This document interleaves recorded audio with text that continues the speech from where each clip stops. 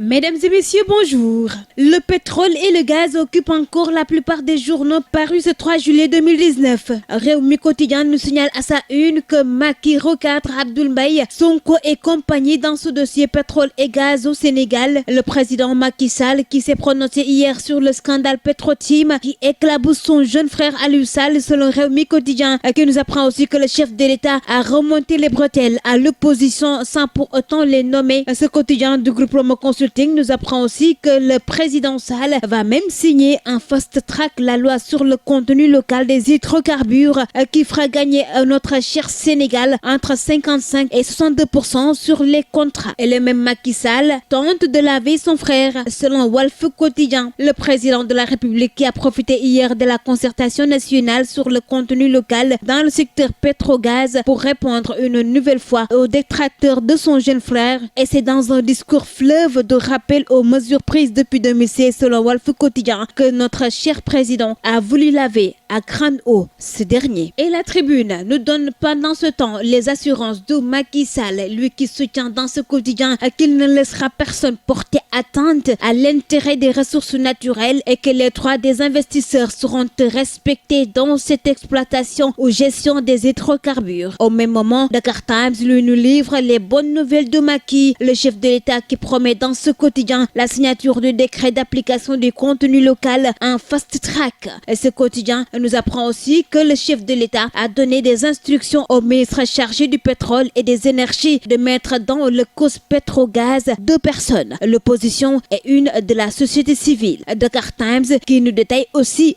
pourquoi l'État ne peut pas annuler les permis déjà attribués, toujours dans le pétrole et le gaz. Le même Macky Sall écaille les prétentieux dans Vox Populi où il soutient que ce pays ne sera pas un no man's land. Toujours dans cette affaire Petrotim, ce quotidien qui nous parle par ailleurs de Serigne Mountakha Mbacké, le khalife général des Mourides, lui qui avertit qu'il va rééditer le fatwa de Baye Lahat, et c'est pour respecter, selon Vox Populi, les concessions des interdits dans ce lieu saint de Touba. Et toujours dans ce quotidien, le guide religieux, il avertit même qu'aucun écart de conduite ne sera plus toléré dans ce lieu saint. Les Échos s'intéressent ce matin à cet épilogue des dossiers judiciaires de l'ex-maire de Dakar, en nous apprenant à sa une que Khalifa Sall sera à la Cour suprême les 11 et 16 juillet, et c'est pour avoir des sorties sur le recours en annulation du décret de sa révocation selon les Échos. Son rabat d'arrêt sera aussi examiné le 16 juillet selon toujours ce quotidien. Et le même Khalifa Sall retourne à la Cour suprême ce 11 juillet selon Libération, ce quotidien qui nous donne par ailleurs des révélations fracassantes sur ce couple de touristes qui aurait convoyé la cocaïne saisie au port autonome de Dakar. Selon ce quotidien donc, les enquêteurs du service des enquêtes judiciaires ont débarqué depuis hier à Dakar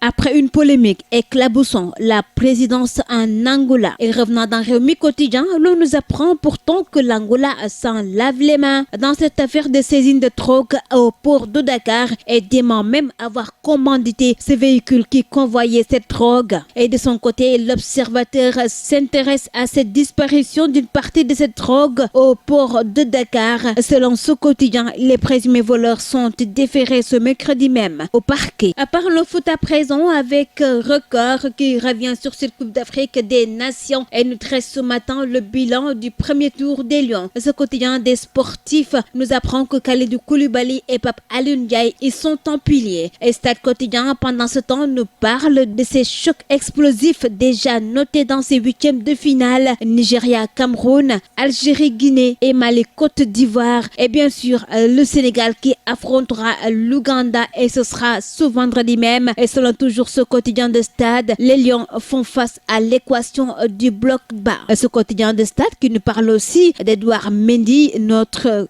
goalkeeper, lui qui se voit sa canne gâchée par une fracture du doigt, et là l'on nous apprend qu'il rentre même en France. Et nous terminons à présent ce tour des kiosques sénégalais avec ce scandale noté ce matin à Keur Massar, et c'est l'Observateur qui nous en parle. Il s'agit d'un imam, un prédateur sexuel. Après avoir reconnu les faits de pédophilie sur une jeune fille, il s'est enfui selon l'Observateur, une situation qui a semé la panique chez les parents qui se sont rués vers les hôpitaux avec leurs filles, et ces forfaits selon toujours l'Observateur ont duré plusieurs années avant qu'ils ne soient démasqués. Voilà mesdames et messieurs, messieurs, donc ça n'est tout pour le tour des kiosques sénégalais apparu ce mercredi 3 juillet 2019. Merci à vous de l'avoir suivi et très bonne lecture à tous.